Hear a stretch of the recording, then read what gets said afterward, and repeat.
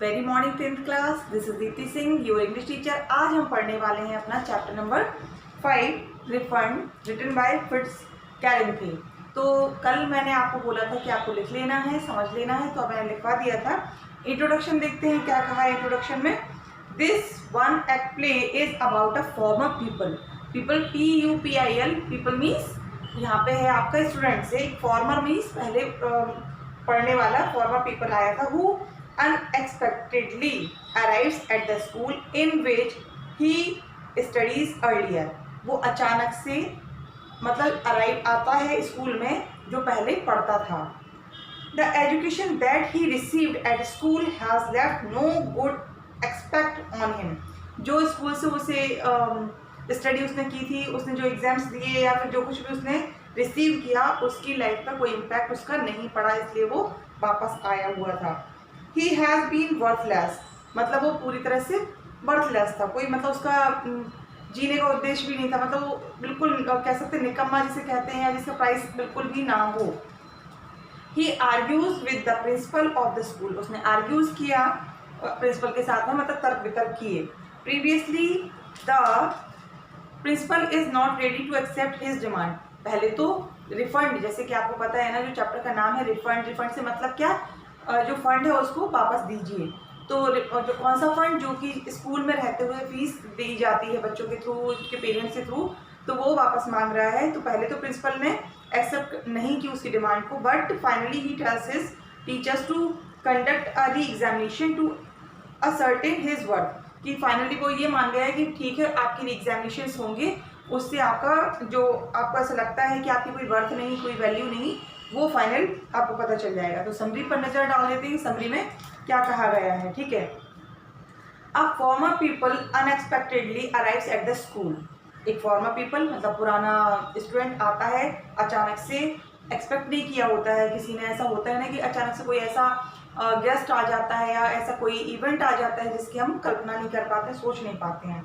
School में आ जाता है। He had studied there nearly 18 years ago, मतलब कम से लगभग वो 18 साल पहले उस स्कूल में पढ़ा हुआ था। तो आप खुद सोचिए, 18 साल बाद वो क्लेम करने आ रहा है, ये कहने आ रहा है कि आपके स्कूल में जो एजुकेशन दी गई मुझे वो फायदे में नहीं रहा।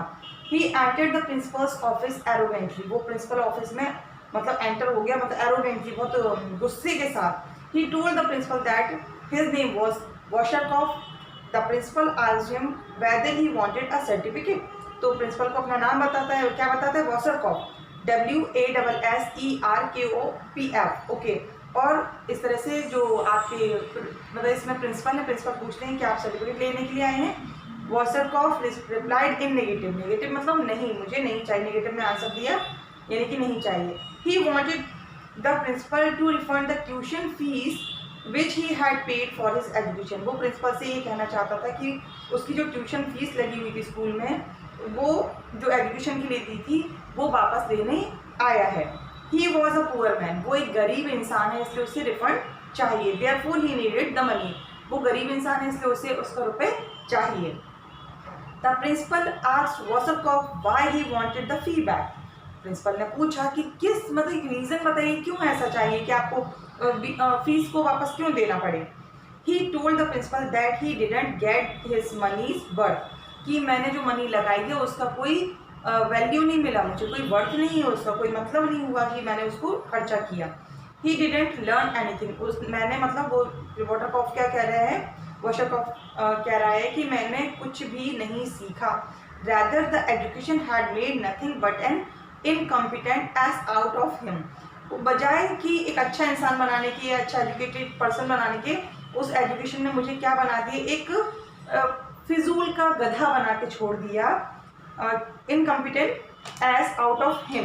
His old classmate Lederer gave him the idea, और उसके पुराने ही क्लासमेट ने उसको आइडिया दिया है। कौन सा idea, because he did not know any damn thing, क्योंकि मतलब मुझे ये आइडिया भी नहीं आ रहा था, मेरे अंदर कुछ है ही नहीं, क्वालिटी ही नहीं है, तो मुझे लेडरर ने मुझे ये आइडिया दिया। कौन सा आइडिया, कि मनी बैग वाला, कि अपने स्कूल जाओ और अपनी ट्यूशन फीस को लो। आगे देखते हैं क्या हुआ। हिज ओल्ड क्लासमेट बात हो गई कि gave him idea because he did not know any damn thing. He said he would complain against the principal if his request for refund was not granted. अगर ये ग्रांट नहीं की गई, अगर ये जो रिक्वेस्ट डाली गई है कि मेरा मनी बैक को वापस किया जाए, अगर उसने नहीं दिया तो क्या मैं कंप्लेन कर सकता हूँ, उसने ऐसा आइडिया मुझे दिया। The principal asked Washerkoff why he thought he couldn't do anything. मतलब वॉशरकॉफ से पूछा कि तुम्हें कैसे ऐसे लगता है कि तुम कुछ नहीं कर सकते, कुछ काम के ही नहीं हो। Washerkoff told that he couldn't keep any job even he got it. अगर उसे कोई जॉब मिल भी जाती तो वो उसको कंटिन्यू या मतलब उसको जॉब को नहीं कर पाता है, ये उसने रीज़न दिया। He asked the principal to give him an examination and tell him what he ought to do. उसने कहा प्रिंसिपल से to give him an examination, उसने एग्जामिनेशन लेने को कहा कि ठीक है आप एक एग्जाम लीजिए और देखिए मैं कुछ कर पाता हूँ कि नहीं।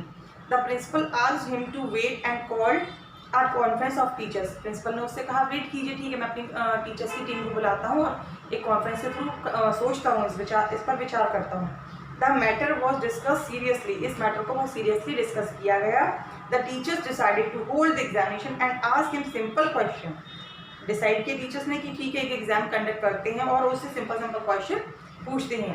They would declare him successful regardless of his answer. मतलब उसके आंसर्स पर ध्यान ना देते हुए उसे क्या कहा जाएगा, सक्सेस सक्सेस सक्सेस के excellent, he is very excellent, कि मतलब उसके आंसर पर ध्यान नहीं देंगे और उसको सक्सेस हम लोग बोलेंगे कि you are very able to do anything.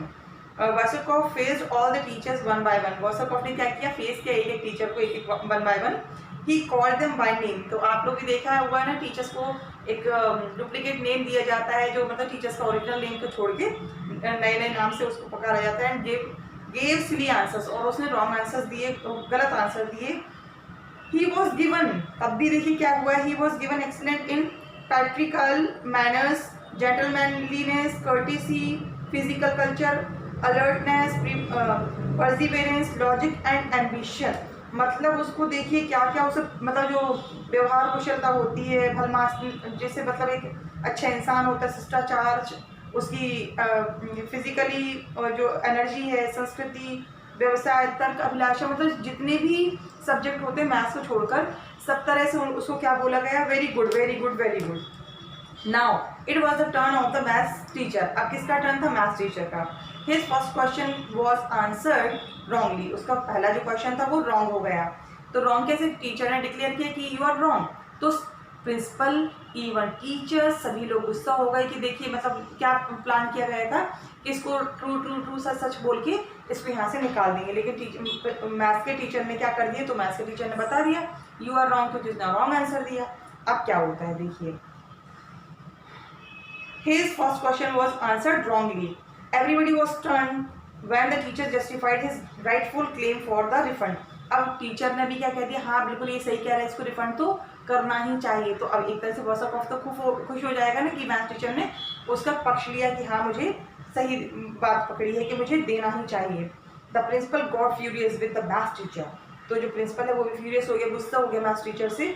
अब क्या हुआ, then the teacher asked Washerkoff to calculate the amount of the fees to be refunded. अब टीचर ने कहा वॉशरकॉफ से ठीक है आपको रिफंड मिलना चाहिए, आप एक काम कीजिए कैलकुलेट कीजिए पूरा अमाउंट कि हाँ आपको कितना अमाउंट देना है।